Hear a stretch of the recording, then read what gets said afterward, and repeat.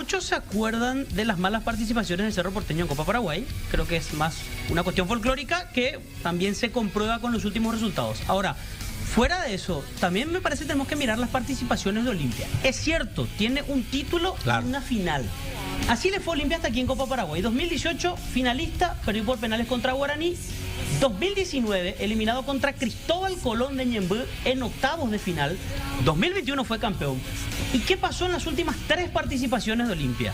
2022, eliminado contra Libertad, aquel partido que no terminó. Claro, que quedó de octavos de final. Claro, quedó el 4-0 en el primer tiempo, pero que después fue interrumpido por los hinchas. Claro. Sí, pasemos a la otra placa.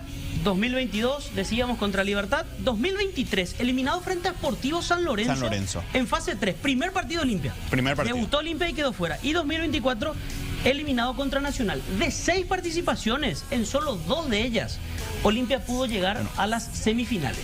Pero Es llegó cierto, a 2 finales. Es cierto, ahí está. En una de ellas sale campeón, en la otra se queda con el subcampeonato. Pero lo que voy es, la exigencia es mayor siempre a equipos como Olimpia y Cerro Porteño, y eso pasa en todos los países.